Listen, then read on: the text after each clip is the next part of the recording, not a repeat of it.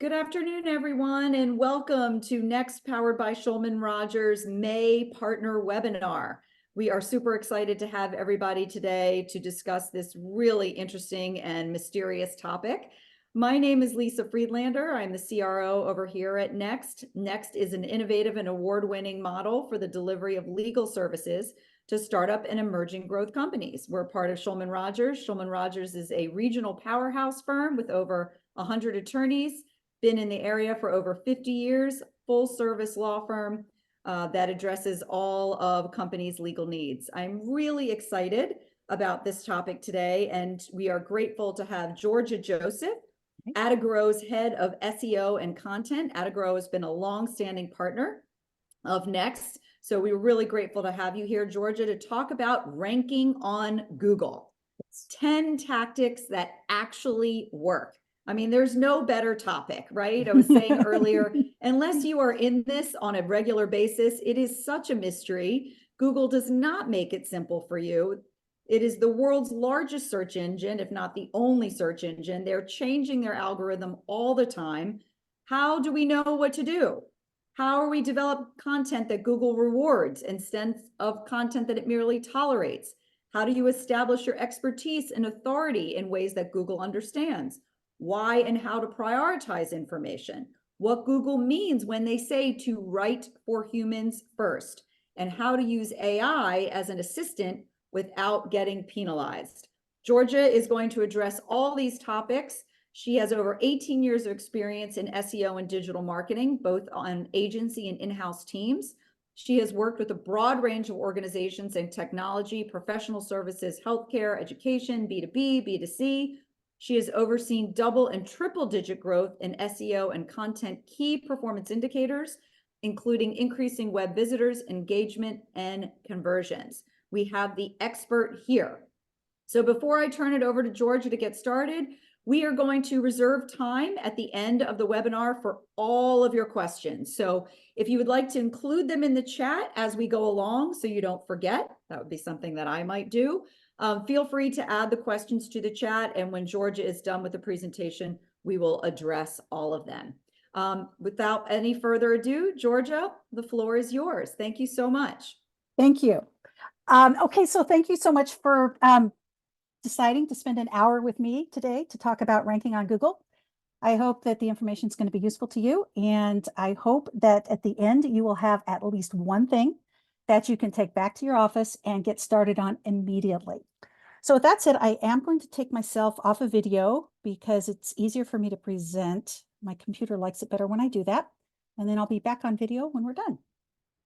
And we will get started.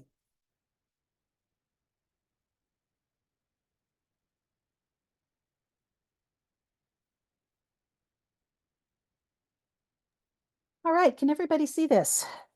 We can. Looks terrific. Thank you. Okay. All right. So today we're going to talk about some really practical and doable ways to get your content more visibility on Google. Now we're focusing on Google, obviously, because they are the largest search engine. And if you can do well with them, you can do well with the others. So lucky for us, Google has spent an awful lot of time over the last year telling us what they want. Between the helpful content update, which was an algorithm update last September, that punished unhelpful content and rewarded helpful content. And then the March core update, which just finished last month, where Google's goal was to remove 40% of unhelpful content from the index. They have told us and made it very clear to us exactly what they want. And we're going to talk about that. So what does Google reward? Well, in a nutshell, helpful and engaging content. So in other words, content that is written for humans, not search engines. And what we mean by that is that for a very long time, web publishers could decide they wanted to rank for a keyword. They could put that keyword in all the right places, and they could talk about all of the right topics that would help it to rank when Google crawled it, but did not help people. People would read it and it would look like something that maybe a second grader had put together. So Google has been hard at work punishing that. They want content that is written to help people. In order to do that, it needs to be original, fresh, it needs to be nuanced, insightful, comprehensive. So all of the things that make people happy when they encounter your content. It also needs to demonstrate EAT and include information gain, and we're going to talk about that in a minute. Now, today we're going to focus on content. I'll just make a note here. Google also wants to see a great user experience and good site hygiene, which is technical SEO, but we don't have time to talk about those today. All right, briefly, EAT and information gain. EAT has been around for a while. It used to just have one E. And just last year, at the beginning of last year, after ChatGPT was launched, they added experience. And what that means is firsthand experience that is verifiable. There also needs to be expertise, which means that you're knowledgeable about what you're writing about. Authority, you're credible. People trust you when you write. And then trustworthiness, which is you, is also at your site, which means that it's reliable. People come and they feel like they can trust it. Then the next thing is information gain. And this is actually something that Google has patented. It's part of their algorithm. They have a patent on it. And what they do, they're able to measure new additional information that is above and beyond what a searcher has already seen on a topic. So that's making it really hard for people who are coming late to the game to rank because they can't just repeat what everybody else out there has been saying. All right, so if Google rewards, Google also punishes. What do they punish? Automatically generated content. So think ChatGPT. Content that's produced at scale that provides no value to users. And Google says that whether that content is produced by AI or people, if it is just churned out, doesn't help people, they punish it. Low value content that's created primarily to rank for keywords, which we've already talked about. Content that reshuffles and rewords what is already available.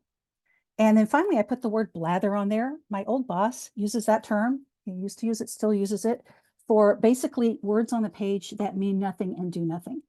People have gotten it into their head that the more they say or the longer the page is, the better that they're going to be able to rank. So there ends up being a lot of stuff on the page that's useless, and that's blather, and we don't want that. All right, so what does it look like when Google punishes your site? Unfortunately, this. And we saw an awful lot of this during the September core update, September helpful content update, and the last core update. Sites that had been going along really well, thinking they were doing great with all of their AI content, suddenly just dropped off a cliff. They had no rankings and they had no traffic. So that's not what we want. Oops. All right, so today we're going to talk about 10 things that work, 10 tactics that actually work with Google. And I will warn you that a lot of these are not easy. So it's not going to necessarily be a quick fix, but they do work.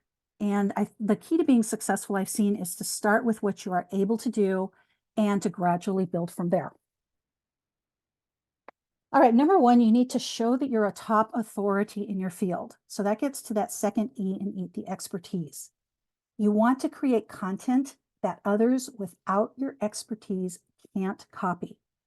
And if you think about that for a minute while I'm talking about it in your day-to-day work, all of you, I'm sure you absolutely know that there are things that you know about what you do that you're so intimate with that others don't know. You have insights, you have things that you can tell people that will help them.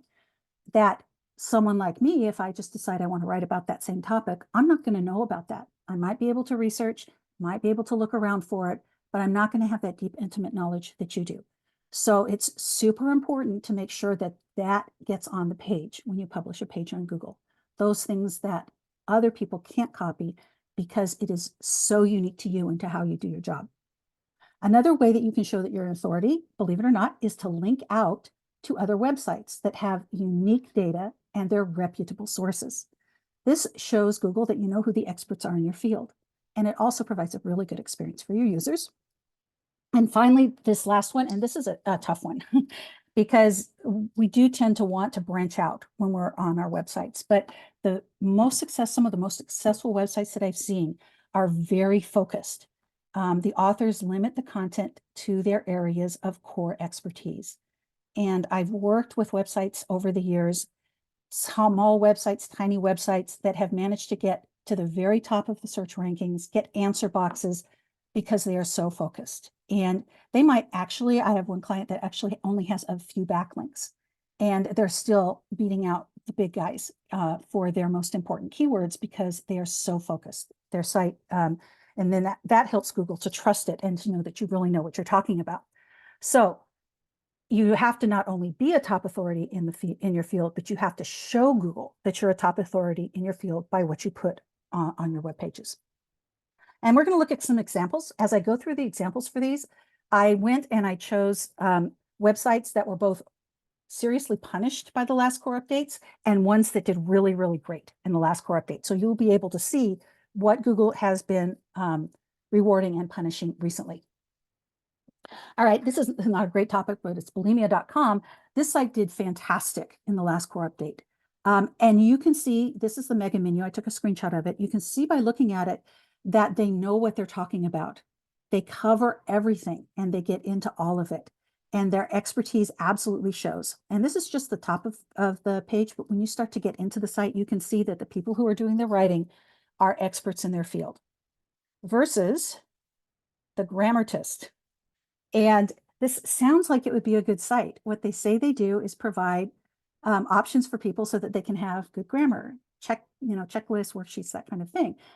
What happens when you come to the page, though, is the very first thing they show you is this ad. They want to get your email so that they can sell you something. And it shows up right away. It covers up all of the content. We'll talk about that a little bit more in a few minutes. When you finally get rid of it and you get onto the page, there is absolutely nothing there that that other websites don't provide. There isn't a single unique thing on the page. There's nothing that shows anyone that these people are really experts in grammar. And so it got hammered in the last core update.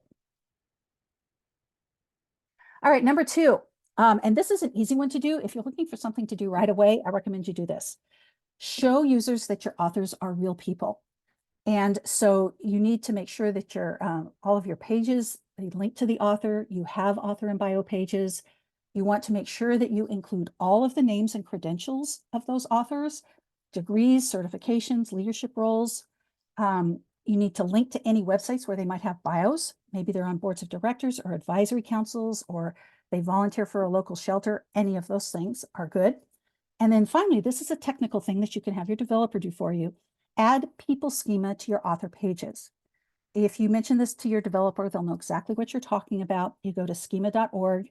And what that does is that helps the spider when it's crawling the site, crawling the web page, to understand exactly who this person is and where else to find them on the web. Now, Google's gotten very good over the last few years of figuring out everywhere that a person might be on the web, but they still like it if you make the job easier for them by adding the schema to your author's pages.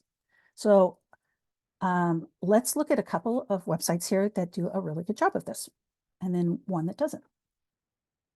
All right, I love this website. They just did fantastic in the core update. And I'm going to jump out of the presentation for a minute because I want to show you their whole About Us page because it's such a perfect example.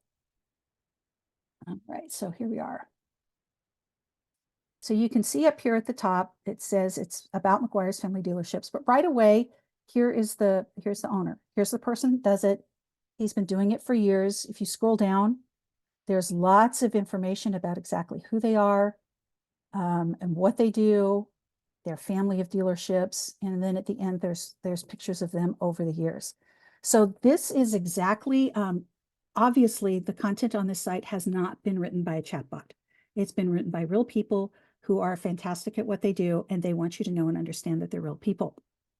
Here is another example. This is one that we did for one of our clients, and we completely reworked their leadership pages to emphasize their expertise, to tell about the industries they serve, how to connect with them, a little bio, talked about their awards and certifications, and then linked to some of the articles that they publish.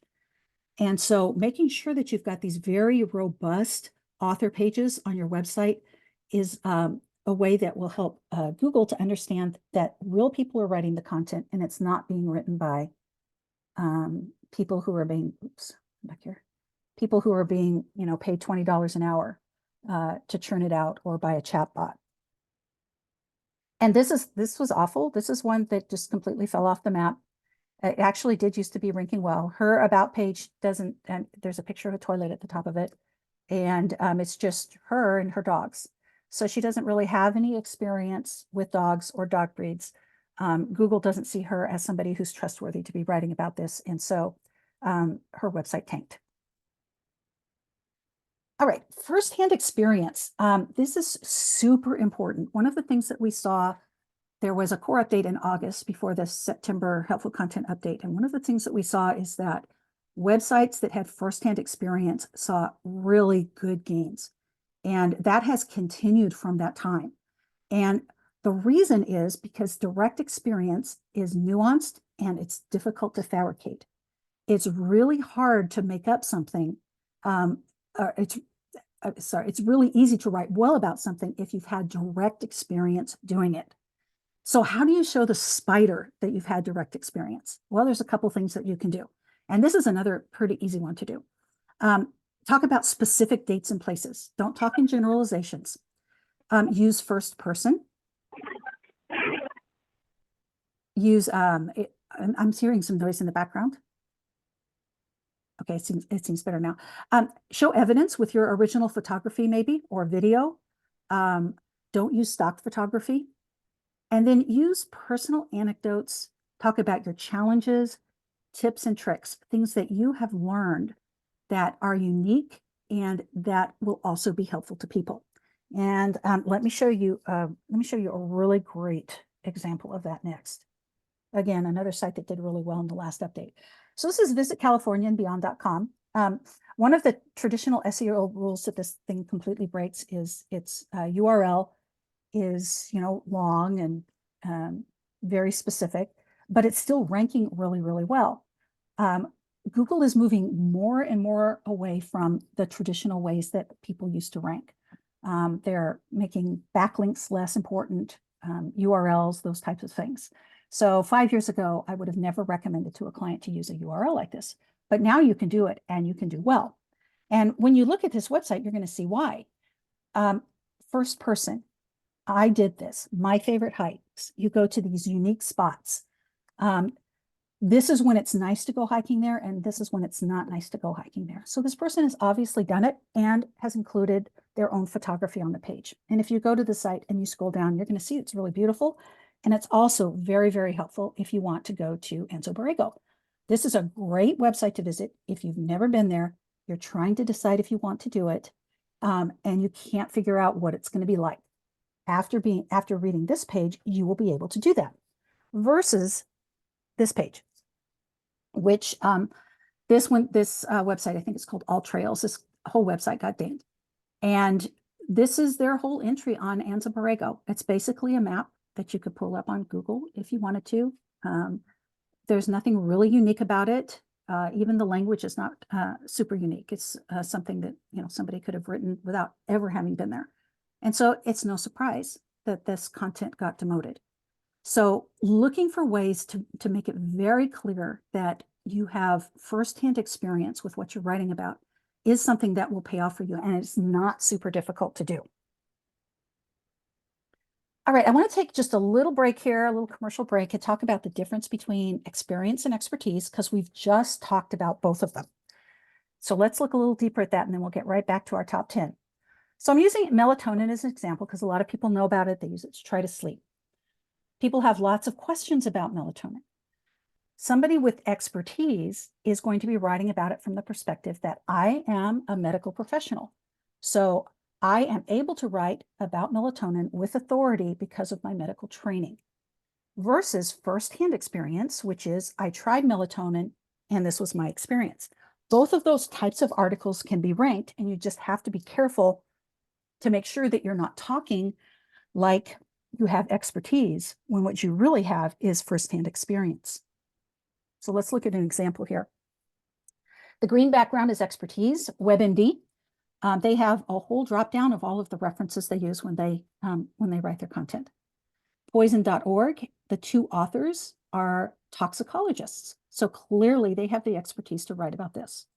And then the NIH.gov site, they had a staff writer do it, but they had a couple of doctors review it, and they put a note at the bottom thanking them for their review of the publication. That's just as good. You can do that as well.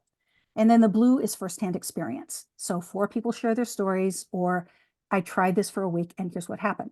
Both of those articles also rank for certain melatonin searches because they're not painting themselves to be experts. They're just saying, this is what happened to me when I did this particular thing. All right, continuing on. Number 4. All right, right for humans first. Okay, so this is really a big deal because not a lot of people realize it, but Google has limited server space. Like they don't have all of the server space in the world. And a lot of people for a lot of years have been writing content that we call SEO first. In other words, it's really important to me to rank for this keyword. So I'm going to focus on this keyword and I'm going to, focus on my on-page optimization, and whether the content flows smoothly or helps people is really not my big concern. My big concern is when the spider crawls it, are they going to rank it number 1 or number 2 for the search term that I want? What happened is that Google servers have been for years really getting overloaded with this type of content that is not helpful.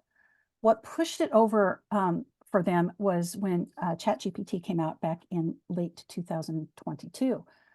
All of a sudden, people could instantly publish pages and pages and pages of content. And frankly, Google doesn't have the server space for all of that. And so right away, you could just tell they began cracking down, thinking of ways, how can we fix this? They were a little caught off guard, I believe. And it was really within a month or two after ChatGPT launched that Google started saying that they were really looking for people who had firsthand experience. Now, they didn't put it into the algorithm right away, but that's when they started talking about it. So the thing to do then is to say, how is this going to be helpful for a person? So a couple of easy ways to do that is, how can you help them achieve their goals? When somebody comes to your page, what are they trying to accomplish, and how can you help them accomplish it? And one of the ways to do that, and there's a lot of ways that you can write for humans first, but I'm kind of focusing on something that would be pretty easy for you to do right away, is to think about goal-oriented behavior, helping them achieve their goals, and paying attention to the intent when they come to your site, when they put a keyword into your site. And there are a lot of tools that will help you figure out keyword intent. There are a lot that are not very expensive. There's even some that are free. But if a keyword has informational intent, that means people want to learn. So that entire page needs to be focused on helping them learn. Transactional intent means they want to do something. Often they want to buy something. The page needs to be focused on helping them accomplish what it is they want to do. So you don't need paragraphs and paragraphs and paragraphs of content to rank on a transactional page. You just need to help the user get done what they want to get done easily and quickly. And then finally, navigational and local intent. Users want to find something. They either want to find a brand or they want to find a business if they're in a local location. So write for a real person, not for the spider. And what I tell writers to do a lot of times is I will give them a topic, and that's all I will give them. And I will say, just write. You write on this topic, here's the topic, and here's your audience. Write the absolute best content you can. Then after the fact, I go in and I will optimize it for the search engines. And that way you end up with a page that Google can understand, but that also helps people. All right, couple of examples coming up here. I'm gonna take a quick drink of water. Okay, aardvarks. Who doesn't love aardvarks? The African Wildlife Foundation, again, another winner. This is really an outstanding site. I would recommend taking a look at this for just hints on how to do good user-first content. And when you look at it, there's the summary right at the top of the page, but then you see how tabs help people to drill down into what they're most interested in. So if you've got maybe a student who's doing research for a paper and they want to know about behaviors and diets, they can go right to that. And this is the whole page, the whole site has been laid out to help people to learn and understand about African wildlife and to be able to do it in the easiest and most pleasant way possible. Now, I'm a firm believer in examples. I think that that's how you learn. This is a site that I think this site tanked more than just about any other site during the last update. And believe it or not, you are looking at the top of the page. Now, I didn't have room to include the image that they put at the top of the page. It's an image of an aardvark, that, not a great image, by the way. But when you scroll down below the image, believe it or not, this is the first content that people see. and it's mostly ads. The only actual people content on there is that sentence that says can move up to 2 feet of soil in just 15 seconds, and then a link to continue reading. So this is clearly not people first. And if you, this is from A to Z Animals, and if you go onto the A to Z Animals site and you begin to look at their pages, you're going to see the obvious fingerprint of SEO first content everywhere. It's written to rank in the search engines so they can put a bunch of ads on it, make some money without giving people really any useful information, anything they couldn't get anywhere else on the web, and honestly couldn't get 1,000 times better on this website. So this is people first. This is SEO first. The second one is not what we want to do. All right, number 5, go deep and wide with your topic. This is one that takes time. I will be very honest with you. You are going to need a plan for accomplishing this. And number 6 is a rubric or a tool that I give you for ways of thinking about how to go deep and wide. And you have to do both. So deep is, what questions do others not answer? And this is going to require concentrated, work on your part, and maybe some brainstorming with your team to really understand what's out there and what are the things that are missing from what's out there. Questions that are not being answered by anybody else that you can answer, or also information that is being left out. We did an analysis. We have a special tool that does content analysis very deep, and it tells you what your pages are missing from the top ranking pages. And we had one web page that had been written about an important topic, and the person who pioneered the discussion over the topic, who was the first to discuss it, who was considered the expert in the field, wasn't mentioned once on the page. And our tool pointed that out to us, and we made the suggestion to our client that they include that they talk about this person, they acknowledge his contributions to the field, and then add a couple of other things that were missing, and republished it, and literally saw it jump up into the top 10 within 2 days.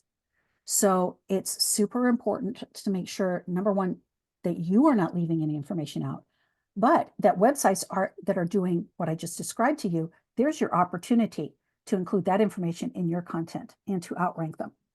And then breadth is, it's like the whole breadth of the subtopics of the topics. So anything that's related to your main topic that other people don't cover. So for example, if we go back to our melatonin, if nobody is out there writing about, what is a good dose to take. Nobody is saying, hey, here's the best recommended dose for somebody who's in their 20s. That's your opportunity to talk about that topic, to talk about recommended dosages and what they mean for different age groups. Now, it's a fairly obvious one. Everybody's going to talk about that. But that's what we mean when we say, make sure that you're covering all of the related topics. That's the breadth of it. So let's take a look. And all right, so I picked these 2 examples because the breadth and depth is so subtle on them. And we're going to look at WebMD and we're going to look at Mayo. And they're both huge medical sites. And WebMD got a nice boost during the last update, and Mayo got dropped. They saw a definite decline. And so we're talking about depth and breadth here. Now, each of these sites cover the same things. They cover conditions, drugs, supplements, symptoms. They have the same main categories for their site. Now, when you're looking at WebMD, when you go to their drug and supplements, instead of just taking you to a page, the first thing that they do is they offer you content that helps you to understand what are the subtopics under drugs and supplements. It's drugs, it's supplements, but you also might need a pill identifier, or you might also want to check drug interactions. So right away there, they're helping you to understand more fully what this particular topic is about. Then when you click into drugs, I clicked into drugs, there is the search box. So if you know exactly what you want, which most people do, you just type it in. But just in case you don't, you can search by condition. You can find off-market medications. You can get to the pill identifier or the drug interaction checker that they showed you about previously, or you can switch over to finding about vitamins, which means that, a lot of people who are on medications, maybe they want to go a little bit more naturally. So it's super subtle how they're making it, they're broadening it for you, and they're making it more comprehensive, and you don't really notice it until you go to Mayo. So this is Mayo's dropdown right over here, and they've got their main categories listed like everybody else does. But when you click into it, you go directly to the page. So drugs and supplements, this navigation link here doesn't give me any more information about what might be included under there. And then when I go to the drug and supplements page, all there is the ability to either search or browse. There's nothing else there that might direct people to information that they might otherwise want to have that are part of this whole topic of drugs and supplements. And so that is why Mayo Clinic lost and WebMD won in the last update. All right, so number 6 is really closely related to what I was just talking to you about, depth and breadth. And the content hubs help you to create depth and breadth, and they help you to do it in a scalable manner. And again, if there was one thing that I would recommend you do almost immediately, because this is not done overnight, but if you do it well, it allows you to scale easily, scale your content easily. And the way to get it started is really to think ahead about the next year and about what you want to do. So content hubs, in addition to being really good for users, they're really good for spiders, because the way that spiders crawl the web is by following links. And so after the spider has come onto your page and started following the links around, seeing that you have this main topic, you have all of these subtopics that you talk about, and they're all linked together, the spider begins to understand that you know about this, that you're an expert. It's a difference between having a bowl of fruit on the table that's got lots of different kinds of fruit versus having a bowl of apples, a bowl of bananas, a bowl of oranges, a bowl of grapes. And that's what you're doing with this. Fruit would be your hub, your main topic hub, but it's also broken down into those subtopics so that people who are interested in them can get even more in-depth information. So the way that you do this is, the reason that it's scalable is that when you create your topic landing page, that becomes your landing page. Just make sure that you talk about each of the subtopics that you eventually want to write about on that page. Then as you produce the content, you can link to it. And you can link to the page directly from your topic page, but you don't have to produce all of the content at once. Then you can set up your content calendar and saying, in January, we're going to create our hub page, or our main landing page. In February, we're going to create our subtopic page. We're going to link to it from our main hub page. By the end of 5 or 6 months, you've got a whole hub created. And we have we're in the process of doing this with one of our clients right now. And as we've been publishing the content, we've been seeing their rankings improve for the keywords that they want to target for this. And that was 10 Mile Square. In fact, I'm going to show this to you because I think it's really important. Content hubs can be very successful. I think it's super important to see what they look like. So I'm just going to show you. All right, so what we were interested in was focusing on scalable architecture, and that used to be just one page. This is the main landing page. I'm going to click in really fast here. You can see that the subtopics of the scalability and architecture are right here. They're all covered on this page. As we have been building out the pages and linking to them, we link from this main page. So when we first started this, we did not have a cloud architecture page, database scalability page, or an AI machine learning page. We've been creating those over the last few months, publishing them, linking to them as we create them. And we've still got a couple more pages to go. And this is super, super easy to do. And it's something that you can do if you're feeling like everything is overwhelming and it's really hard. And how are you going to get started with this? This is a really easy thing to get started with. All right, here's our examples. This is a site is in Portuguese, and I had to use the English translator to get it in English for you. And this is the middle of the page, which is why it doesn't look really good. But right there, you can see their content hubs. They've got a hub for nutrition that talks about diets and foods and supplements. And that's why, because I had to use a translator, is why the spelling is bad. They have one on pregnancy that talks about, childbirth, breastfeeding, the weeks of pregnancy, one on well-being. And it's very clear when you look into the site that each of the pages that support these hubs are closely related to it, and they're all part of the same unit. And so this site did very well. Versus this site, which is a little bit of a surprise when you look at it, because it actually looks like a little bit nicer site. And I like the site. I thought it was a good site.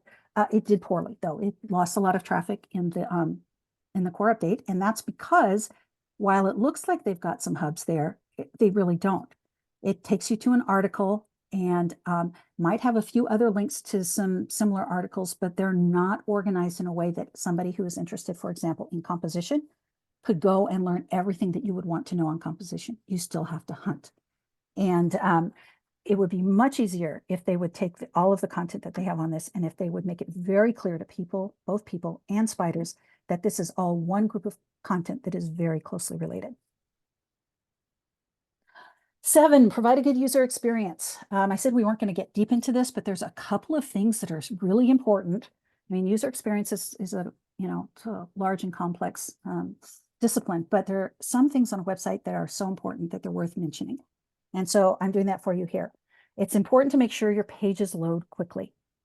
Provides a good user experience when that happens. Nobody likes to wait. If your pages are not loading quickly, that is something that you should prioritize for fixing right away. Create pages that are easy to scan and consume. And I showed you several examples of those today. But the last two are really the most important things that will just kill you if you do them. Excessive ads, like the one I showed you a while back where the whole top of the page was just ads, and intrusive interstitials. So if you have a splash screen that comes onto your page, it covers up all of the content and it shows up before people can even see what's on your page. You will get dinged for that. And you will get dinged significantly for it. I've linked here in this presentation to Google's page on creating interstitials, what their guidelines are for that. They want the size to be limited. They don't want it to cover the content. And they only want the interstitial to appear after people have spent some time on the page and interacted with some of the content. So these 4 things, and especially the last 2, are so important, and they're really easy to do, that those would be the things to prioritize for user experience if you want to rank well. And so I'm using this site did fantastic in the update. Look, and if you look at it, you can see all of the white space. You can see that people who are coming to it can figure out instantly where they need to go to find the information that they want. It's a really good user experience. It loads quickly, and it allows people to accomplish their goals, which is something that we talked about earlier. Okay, so this is a New York City site. I was surprised to see this. Normally, .gov sites rank very well just because they're .gov sites, but this one did not. This one lost traffic. And you can see the difference. And it took me a while to figure out how to explain it. But when you're looking at this, you don't know where to go or what to do unless you read every single sentence that is under each of those icons, next to each of those icons. It's not obvious unless maybe you know exactly what you're doing. But if you're coming to it new and you're trying to figure out, it's really difficult to figure out where you need to go first compared to this, which is very easy to figure out where you need to go first. So this one won and this one lost. All right, we're getting to the end here. Number 8, engagement objects is just a kind of a weird SEO way of saying interesting interactive content, things that make your page fun, entertaining, and educational. And the reason is if you put these types of things on your pages and on your website, people stay longer. They interact with it, they enjoy it. Those send the type of signals back to Google that Google likes to reward. And so engagement objects are anything that help people. It will catch their attention. It will give them a better experience. It will help them to understand more about what they're reading or what they're seeing, and it will make them happy. So those include things like high quality, original images. We've all been on websites where we've seen, somebody probably scraped an image or used too small of an image or something on the website, and we know it's a terrible experience.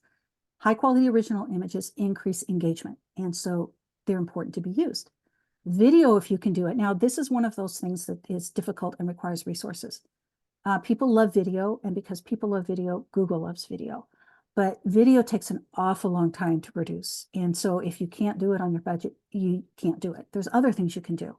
But that would be an area where, as you grow and begin to bring in more revenue, I would definitely invest in video, because I've seen pages simply by adding a video increase their search and visibility tremendously so.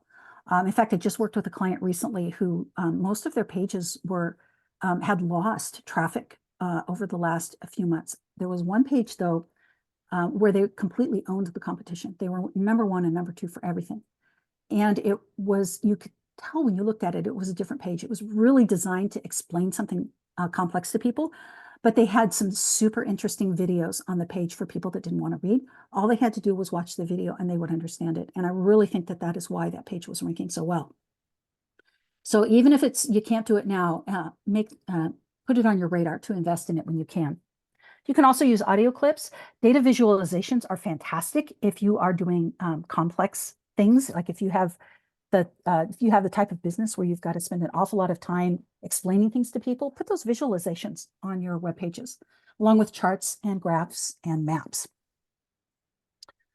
All right, this is the loser. I put this one first because there isn't a single engagement object on this page, unless you count the ad. Biology Online, they must expect people to come there and just all of a sudden know what they want and start typing it in.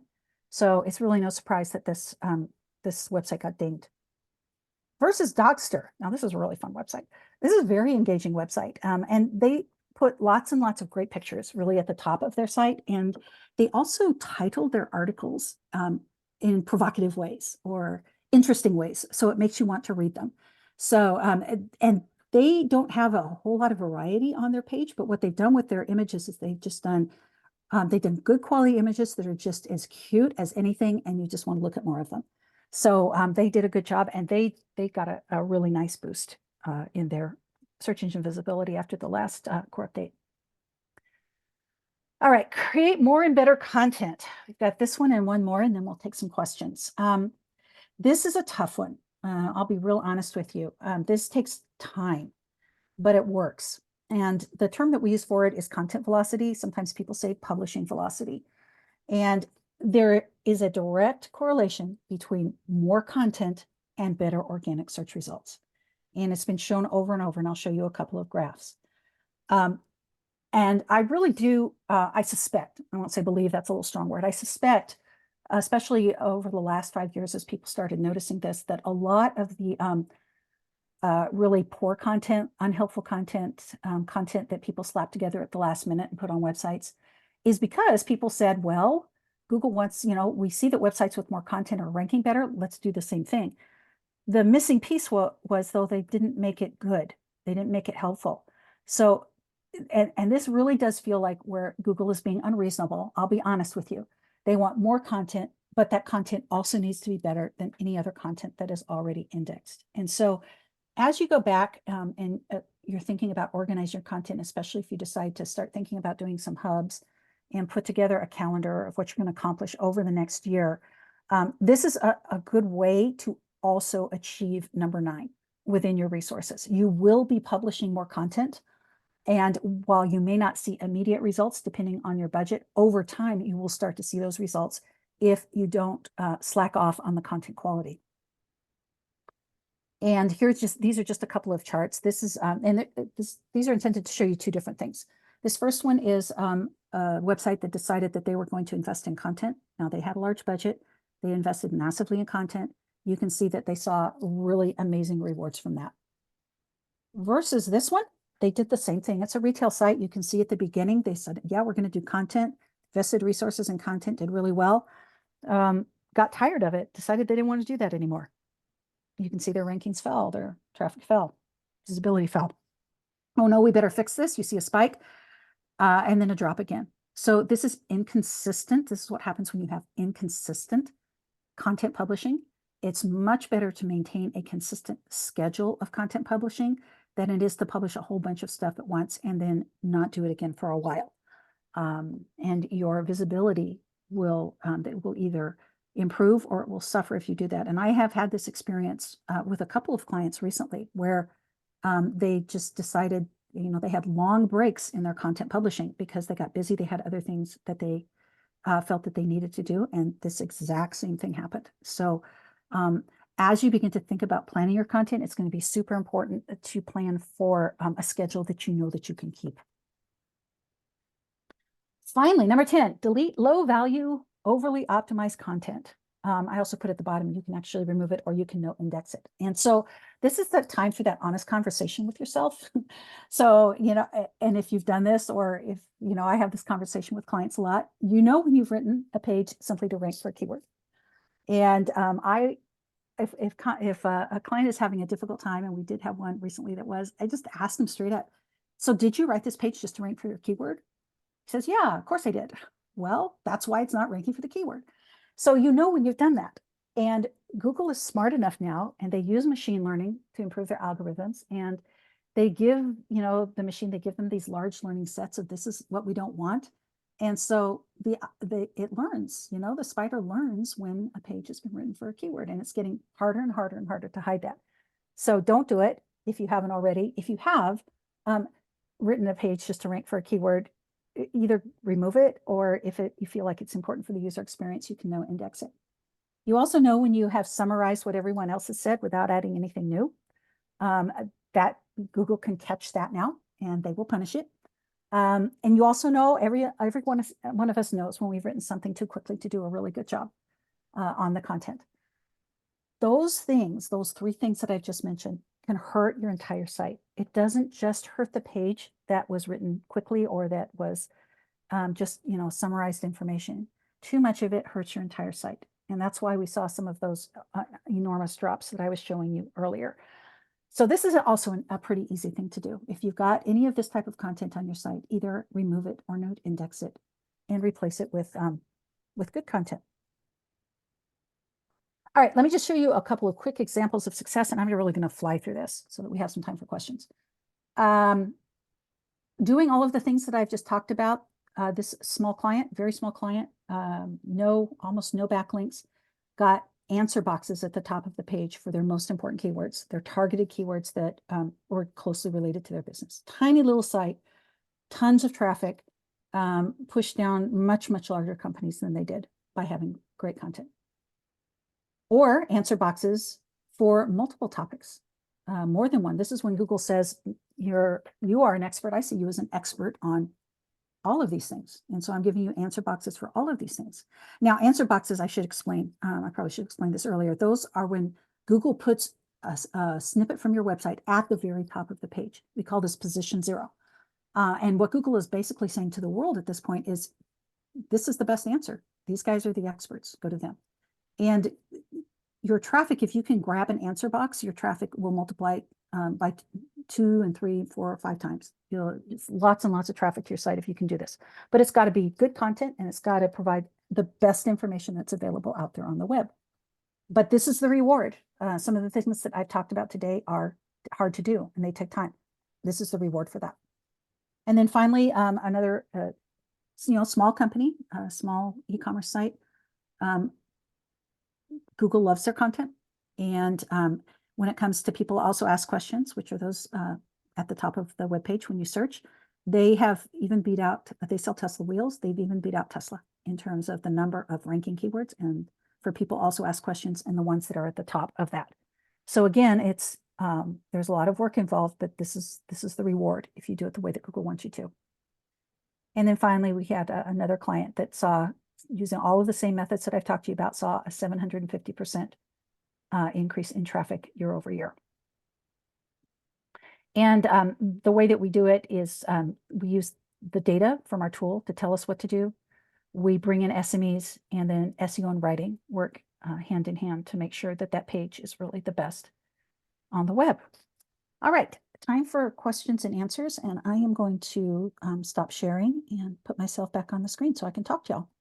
Thank you, Georgia. Wow, so much valuable, super valuable information and a lot to digest. Lori, do you want to ask your question or? Yeah, so we have obviously for a law firm, we've got, a million business services, we've got a bunch of personal legal services. So what if you're able to achieve some of these great ideas on some of your pages, but not all of your pages? Will Google discern and say, okay, for these 6 areas that you're really doing well in, we're going to rank you high, but for the other ones, we're not? Or is it just kind of an all or nothing? Okay, this is like the best question ever. If it's all or nothing, I'm going to quit today. Okay, so what the helpful content system has been absorbed into the core update, but all of the things that made it what it was are still there, and they're still acting. And what it was a threshold. So if you fell below a threshold of bad content, your whole site was punished. Okay. And right. And so I think that Google understands, especially for a small website, that every single page on there is not going to be like amazing. In fact, the one that I was showing you about that where they, got the answer boxes for those keywords and they push down the larger competitors. Some of the pages on their site are scrawny, but they have got enough pages there of just really good content, better than anybody else is doing, that Google's like, yeah, you guys got it. I'm going to rank you. Okay. And the other thing that Google has told people, because I'll circle back on this, because people that were dinged, like in that image that I showed you, that graph that fell off the cliff, most of those have not recovered yet. And what Google keeps saying to them is, you need to keep improving. Eventually, you will recover.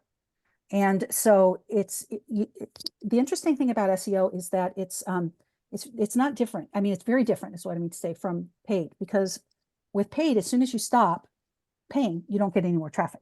Right. With SEO, you're building for the long term.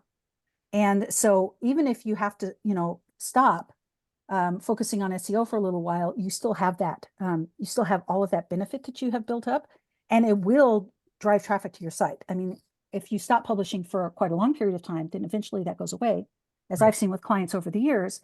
But it's not like paid, where when you stop, all of a sudden, no more traffic is coming to your site. Okay.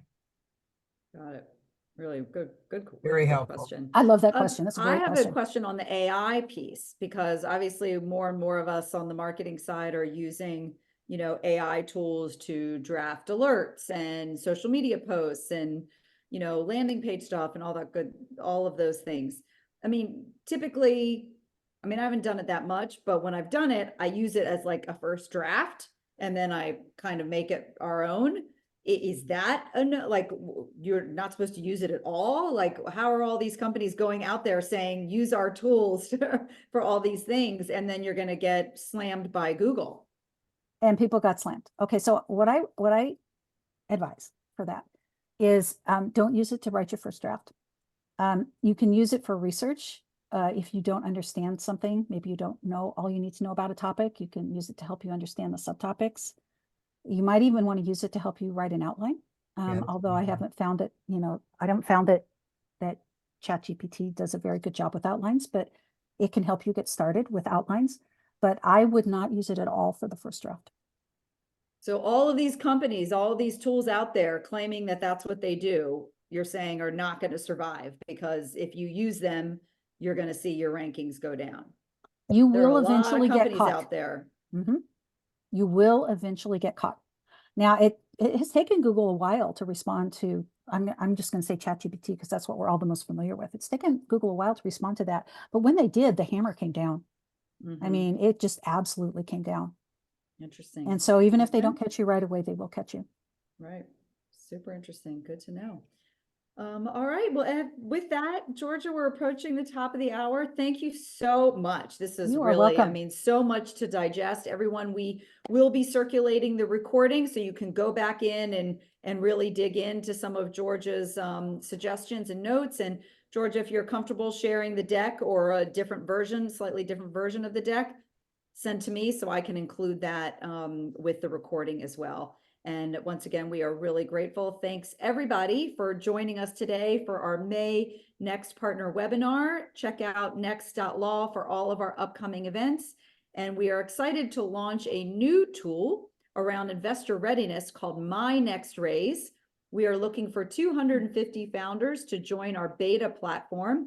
Go to www.mynextraise.com to learn more and sign up. Thank you all, and have a great rest of your day. Thank you.